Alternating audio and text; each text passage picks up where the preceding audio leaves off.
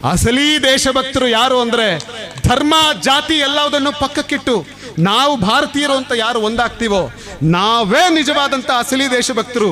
ಆದರೆ ಒಂದ್ ಸ್ವಲ್ಪ ರಾಜಕೀಯ ಅಧಿಕಾರ ಸಿಕ್ಕಿದ ತಕ್ಷಣ ಕೆಲವರು ಯಾವ ತರ ಮಾತಾಡೋಕೆ ಶುರು ಮಾಡ್ತಾರೆ ಅಂತಂದ್ರೆ, ಇಲ್ಲಿ ಯಾರು ಪ್ರತಿಭಟಿಸ್ತಾ ಇದ್ದಾರೆ, ನನಗೆ ಆಶ್ಚರ್ಯ ಆಯ್ತು. ಬೆಂಗಳೂರಿನಲ್ಲಿ ಒಬ್ಬರು ಮಾತಾಡ್ತಾ ಹೇಳ್ತಾರೆ, ಯಾರಿಗೆ ಎದೆ ಸೀಳಿದ್ರೆ 4 ಅಕ್ಷರ ಇಲ್ವೋ, ಯಾರಿಗೆ ಪಂಚರ್ ಟ್ಯೂಬ್ ಟೈರ್ ಪಂಚರ್ ಹಾಕ್ತಿದ್ದಾರೋ ಅವ್ರು ಹೋಗಿ ಪ್ರತಿಭಟನೆ ಮಾಡ್ತಿರೋದಲ್ಲಿ ಅಂತ ಹೇಳ್ತಾ ಇದ್ದಾರೆ.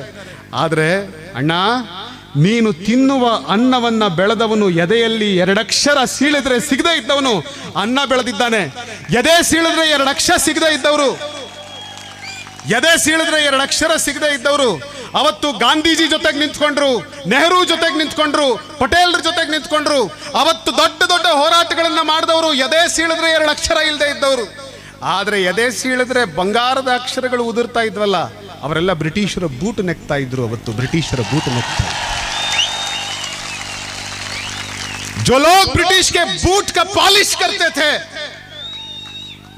अभी वो लोग कह रहा है ನಿಮ್ಗೆ ಅಕ್ಷರ ಇಲ್ಲ ಅಂತ ಹೇಳ್ತಾ ಇದ್ದಾರೆ.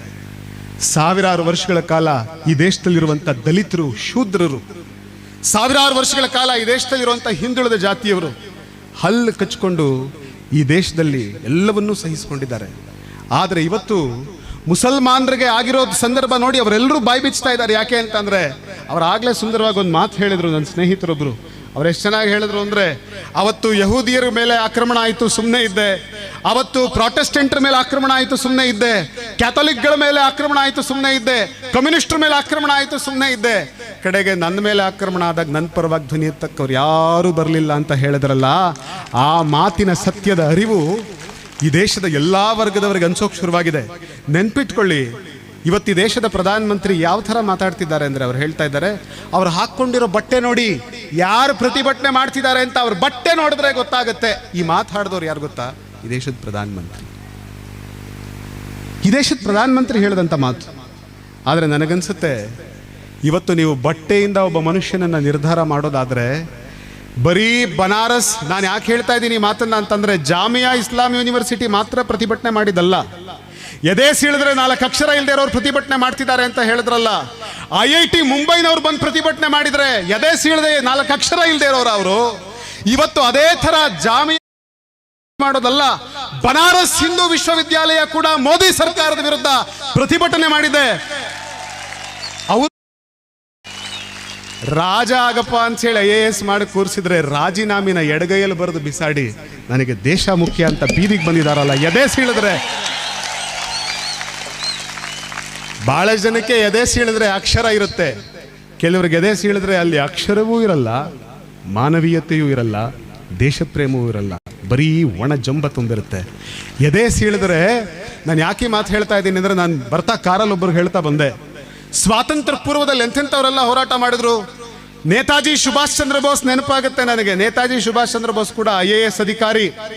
IAS ಮಾಡಿದಂಥ ನೇತಾಜಿ ಸುಭಾಷ್ ಚಂದ್ರ ಬೋಸ್ ಅಧಿಕಾರಿ ಆಗಯ್ಯ ಅಂದ್ರೆ, ನನ್ನ ದೇಶದ ಜನಗಳ ಮೇಲೆ ಬ್ರಿಟಿಷರು ದೌರ್ಜನ್ಯ ಮಾಡ್ತಿದ್ದಾರೆ, ನನ್ನ ದೇಶದ ಪರವಾಗಿ ನಿಂತ್ಕೊಳ್ತೀನಿ ಅಂತ ಹೇಳಿ ರಾಜೀನಾಮೆ ಬಿಸಾಡಿ IAS ಅಧಿಕಾರಿಯಾದಂಥ ನೇತಾಜಿ ಸುಭಾಷ್ ಚಂದ್ರ ಬೋಸ್ ಆಜಾದ್ ಹಿಂದ್ ಫೌಜ್ ಕಟ್ಟಕ್ಕೆ ಹೋದ್ರು. ಆ ಮನುಷ್ಯ ಒಬ್ಬ IAS ಅಧಿಕಾರಿಯಾಗಿದ್ದರು. ಅದೇ ಥರ ಬಹುಶಃ ನಿಮಗೆ ಗೊತ್ತಿರಬೇಕು, ಪಾಂಡಿಚೇರಿಗೆ ಹೋದ್ರೆ ಅರವಿಂದರ ಒಂದು ದೊಡ್ಡ ನಿಮಗೆ ದೇವಾಲಯ ಸಿಗುತ್ತೆ. ಅರವಿಂದ ಘೋಷ್ ಅನ್ನುವಂಥ ಬಂಗಾಳದ ಒಬ್ಬ ವ್ಯಕ್ತಿ IAS ಪಾಸ್ ಮಾಡಿದ್ರು ಆ ಕಾಲದಲ್ಲಿ. IAS ಪಾಸ್ ಮಾಡಿದ ವ್ಯಕ್ತಿ ಆತ ಬಂದು ಮಾಡಿದ ಕೆಲಸ ಏನು ಅಂದ್ರೆ, ಅವತ್ತು ಬ್ರಿಟಿಷರ ವಿರುದ್ಧ IAS ಗಿರಿ ಆ ಅಧಿಕಾರಿ ಪದವಿಯನ್ನು ತಗೊಳ್ಳೋದು ಬಿಟ್ಟು ಅದನ್ನು ರಾಜೀನಾಮೆ ಬಿಸಾಡಿ ಆತ ದೇಶ ಕಟ್ತೀನಿ ಅಂತ ಹೇಳಿ ಅವತ್ತು ಬ್ರಿಟಿಷರ ವಿರುದ್ಧ ಹೋರಾಟ ಮಾಡೋದಕ್ಕೆ ಬಂದ. ಬಹುಶಃ ನನಗನ್ಸುತ್ತೆ, ಸ್ವಾತಂತ್ರ್ಯ ನಂತರ ಒಬ್ಬ IAS ಅಧಿಕಾರಿ ಏನಾದರೂ ಈ ಥರ, ನಾವು ಕೃತಜ್ಞರಾಗಿರಬೇಕು ಸೆಂಥಿಲ್ ಕುಮಾರ್ಗೆ. ಯಾಕೆಂದ್ರೆ ತನ್ನ ಅಧಿಕಾರ ಸುಖ ಭೋಗಗಳನ್ನು ಬಿಸಾಡಿ ಆ ಮನುಷ್ಯ ಇವತ್ತು ಈ ದೇಶದ ಪರವಾಗಿ ಧ್ವನಿ ಎತ್ತಿದ್ದಾರೆ. ಇವತ್ತು ಯಾರೂ ಕೂಡ ಯಾರೆಷ್ಟೇ ಅಪಪ್ರಚಾರ ಮಾಡಿದ್ರು ಸೆಂಥಿಲ್ ಕುಮಾರ್ ಅವ್ರನ್ನ ಭ್ರಷ್ಟ ಅಧಿಕಾರಿ ಅಂತ ಯಾರೂ ಒಪ್ಪೋಕೆ ಸಾಧ್ಯ ಇಲ್ಲ. ಇಷ್ಟು ಕ್ಲೀನ್ ಹ್ಯಾಂಡ್ ಆಗಿರುವಂಥ ಅಧಿಕಾರಿ, ಮನಸ್ಸಾಕ್ಷಿಯನ್ನ ಕನ್ನಡಿಯಂತೆ ಕಾಪಾಡಿಕೊಂಡು ಬಂತ ಅಧಿಕಾರಿ ಇವತ್ತು ಈ ದೇಶದ ಪರವಾಗಿ, ಈ ಜನರ ಪರವಾಗಿ ಧ್ವನಿ ಎತ್ತಿದ್ದಾರೆ. ಮತ್ತವ್ರು ಕೇಳ್ತಾ ಇದ್ದಾರೆ, ಯಾಕೆ ಈ ದೇಶದಲ್ಲಿ ಇಷ್ಟು ಗಲಾಟೆ ಆಗ್ತಾ ಇದೆ? ಇದು ಮುಸ್ಲಿಮರ ವಿರುದ್ಧ ಅಲ್ಲ, ಮುಸ್ಲಿಮರ ವಿರುದ್ಧ ಅಲ್ಲ ಅಂತ ಹೇಳ್ತಾ ಇದ್ದಾರೆ. ಇವ್ರನ್ನ ಯಾರನ್ನೂ ನಾವು ಹೊರಗೆ ಕಳಿಸಲ್ಲ ಅಂತ ಕತೆ ಹೇಳ್ತಿದ್ದಾರೆ. ಅದಕ್ಕೇನ್ರಿ, ಆಧಾರ್ ಕಾರ್ಡ್ ಇದ್ರೆ ಸಾಕು, ಅವ್ರಿಗೆ ನಾವು ಕೊಟ್ಬಿಡ್ತೀವಿ ಈ ದೇಶದ ಸಿಟಿಸನ್ಶಿಪ್ ಅಂತ ಹೇಳ್ತಾ ಇದ್ದಾರೆ. ಆದರೆ ಅವ್ರಿಗೆ ನಾವು ಪ್ರಶ್ನೆ ಮಾಡೋದು, ಈ ದೇಶದಲ್ಲಿರುವಂಥ ಮುಸ್ಲಿಂ ಮುಸ್ಲಿಂ ಇರ್ಬೋದು, ದಲಿತ ಇರಬೇಕು, ಹಿಂದುಳಿದವನು ಇರಬಹುದು, ಅಕ್ಷರ ಇಲ್ಲದೆ ಇರೋನು ಇರಬಹುದು, ಅವರೆಲ್ಲರಿಗೂ ಯಾಕೆ ಭಯ ಆಗೋಕ್ಕೆ ಶುರುವಾಗಿದೆ ಅಂತಂದರೆ, ಫಕ್ರುದ್ದೀನ್ ಅಲಿ ಅಹಮದ್ ಈ ದೇಶದ ಉಪರಾಷ್ಟ್ರಪತಿಯಾಗಿದ್ದರು ಸರ್. ಫಕ್ರುದ್ದೀನ್ ಅಲಿ ಅಹಮದ್ ಈ ದೇಶದ ಉಪರಾಷ್ಟ್ರಪತಿಯಾಗಿದ್ದರು. ಆದರೆ ಫಕ್ರುದ್ದೀನ್ ಅಲಿ ಅಹಮದ್ರ ಮಕ್ಕಳು ಮೊಮ್ಮಕ್ಕಳು ಇವತ್ತವರ ಕುಟುಂಬಕ್ಕೆ ಇವತ್ತು ಮೋದಿ ಸರ್ಕಾರ ಹೇಳ್ತಾ ಇದೆ, NRC ನೀನು ಭಾರತೀಯ ಅಲ್ಲ, ನಿನ್ನ ಹತ್ರ ಯಾವುದೇ ದಾಖಲೆ ಇಲ್ಲ ಅಂತ ಹೇಳ್ತಿದ್ದೆ. ಅಲ್ಲಪ್ಪ, ಅವರ ತಾತ ಈ ದೇಶದ ಉಪರಾಷ್ಟ್ರಪತಿಯಾಗಿದ್ರು, ಅವ್ರ ಕೈಲೇ ದಾಖಲೆ ಕೊಡೋಕ್ಕಾಗಲಿಲ್ಲ ನೀವು ಕೇಳಿದ್ದು ಅಂತ ಅಂದರೆ, ಪಾಪ ಪಂಚರ್ ಅಂಗಡಿ ಎಲ್ಲಿಂದ ತಂದು ಕೊಡ್ತಾನೆ ದಾಖಲೆನಾ? ಎಲ್ಲಿಂದ ತರೋಕ್ ಸಾಧ್ಯ? ನೀವು ಕೇಳೋ ದಾಖಲೆನ ಈ ದೇಶದ ಉಪರಾಷ್ಟ್ರಪತಿಯ ಮನೆಯವರು ಕೊಡಕ್ಕಾಗದಿದ್ರೆ ಪಂಕ್ಚರ್ ಅಂಗಡಿ ಎಲ್ಲಿಂದ ತಂದು ಕೊಡ್ತಾನೆ? ನೀವು ಕೇಳುವಂತ ದಾಖಲೆನ ನಾನು ಪತ್ರಿಕೆಯಲ್ಲಿ ನೋಡ್ತಾ ಇದ್ದೆ. ಈ ದೇಶದ ಇಂಡಿಯನ್ ಮಿಲಿಟರಿಯಲ್ಲಿ 35 ವರ್ಷ ಮಿಲಿಟರಿಯಲ್ಲಿ ಯೇ ಮೇರಾ ದೇಶ ಹೇ, ಯೇ ಮೇರಾ ಮುಲ್ಕ್ ಹೇ ಅಂತ ಹೋರಾಟ ಮಾಡಿದಂತ ಸೈನಿಕರ ಕುಟುಂಬ ಇದಾವೆ, ಮುಸ್ಲಿಂ ಕುಟುಂಬಗಳು. ಇವತ್ತು ಅಸ್ಸಾಂನಲ್ಲಿ NRC ಆದಾಗ ಆ ಕುಟುಂಬಗಳಿಗೆ ಹೇಳಿದೆ, ನೀವು NRC, ನೀವು ಈ ದೇಶದ ಪ್ರಜೆಗಳಲ್ಲ, ಗೆಟ್ ಔಟ್ ಅನ್ನೋ ಥರದಲ್ಲಿ ಅವರನ್ನ NRC ಇಂದ ಹೊರಗಡೆ ಇಡಲಾಗಿದೆ.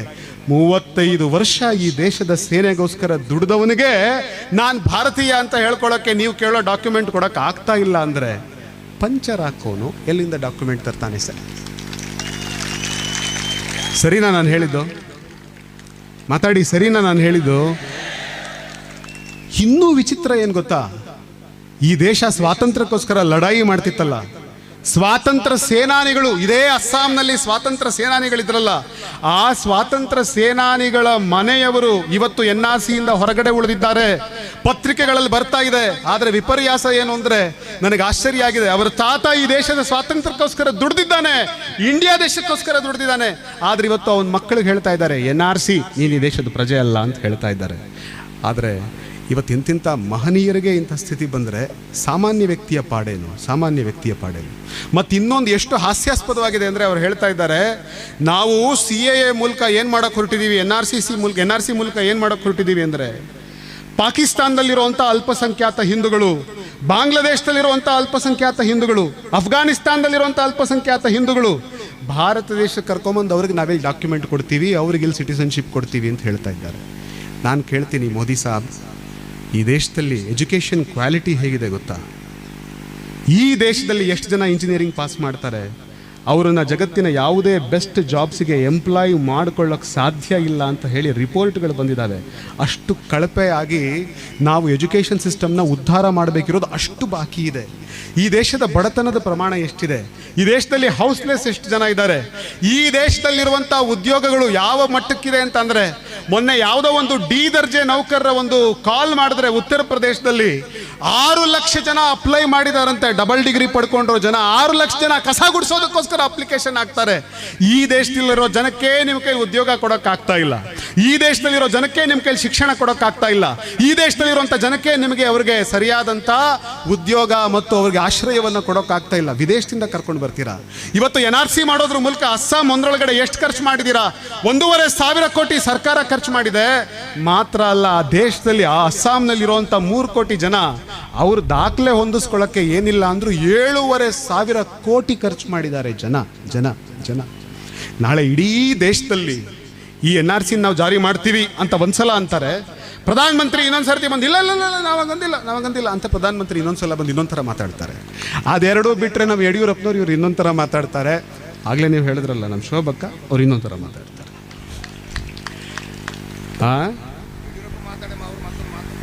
ಅದು ಯಡಿಯೂರಪ್ಪನವ್ರು ಯಾರು ಮಾತಾಡಿದ್ರೆ ಒಂದು ಸ್ವಲ್ಪ ಕೇಳ್ಬೋದು.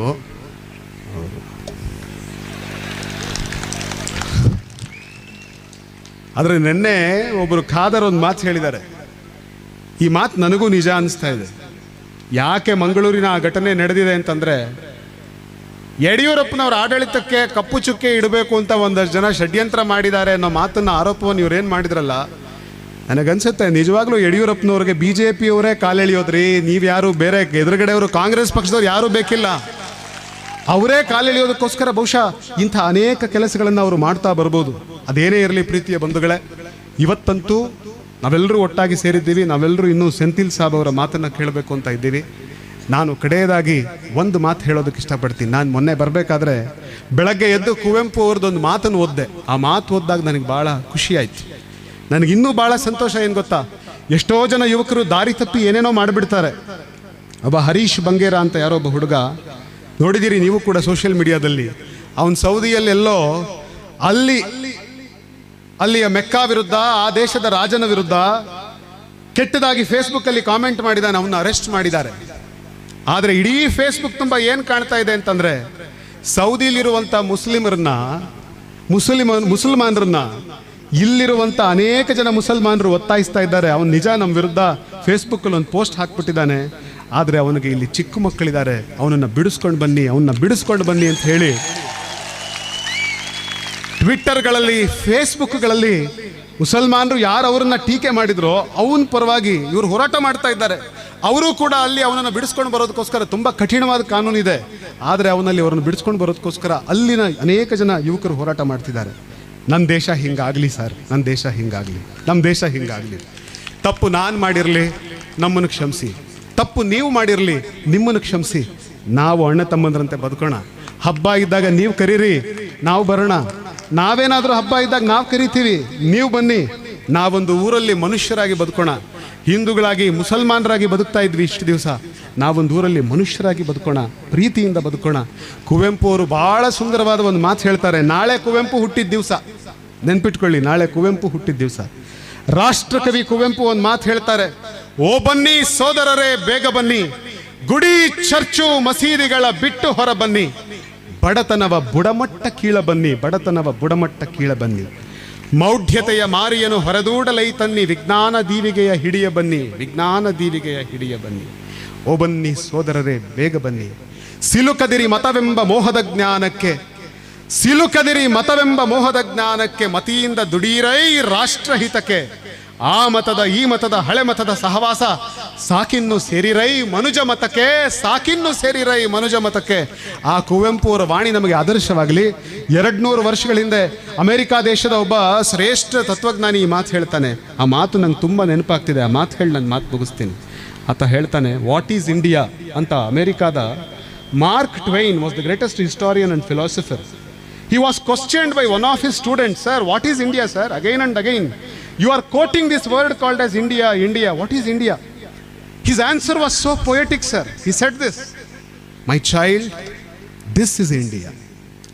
The land of dreams and of romance, of fabulous wealth and of fabulous poverty, of genie and giants and Aladdin lamps, of famine and pestilence, of tigers and elephants, the cobra and the jungle, country of 100 tongues, country of 1,000 religion, 2 million gods, cradle of human race, birthplace of human speech, mother of history, grandmother of tradition, the one sole country that I salute as the greatest endeavor for every human being to see that country is India, that country is Bharat, that country is India ಅಂತ ಹೇಳಿ ಭಾರತದ ಕಡೆಗೆ ನಿಂತು salute ಮಾಡಿದ್ನಂತೆ.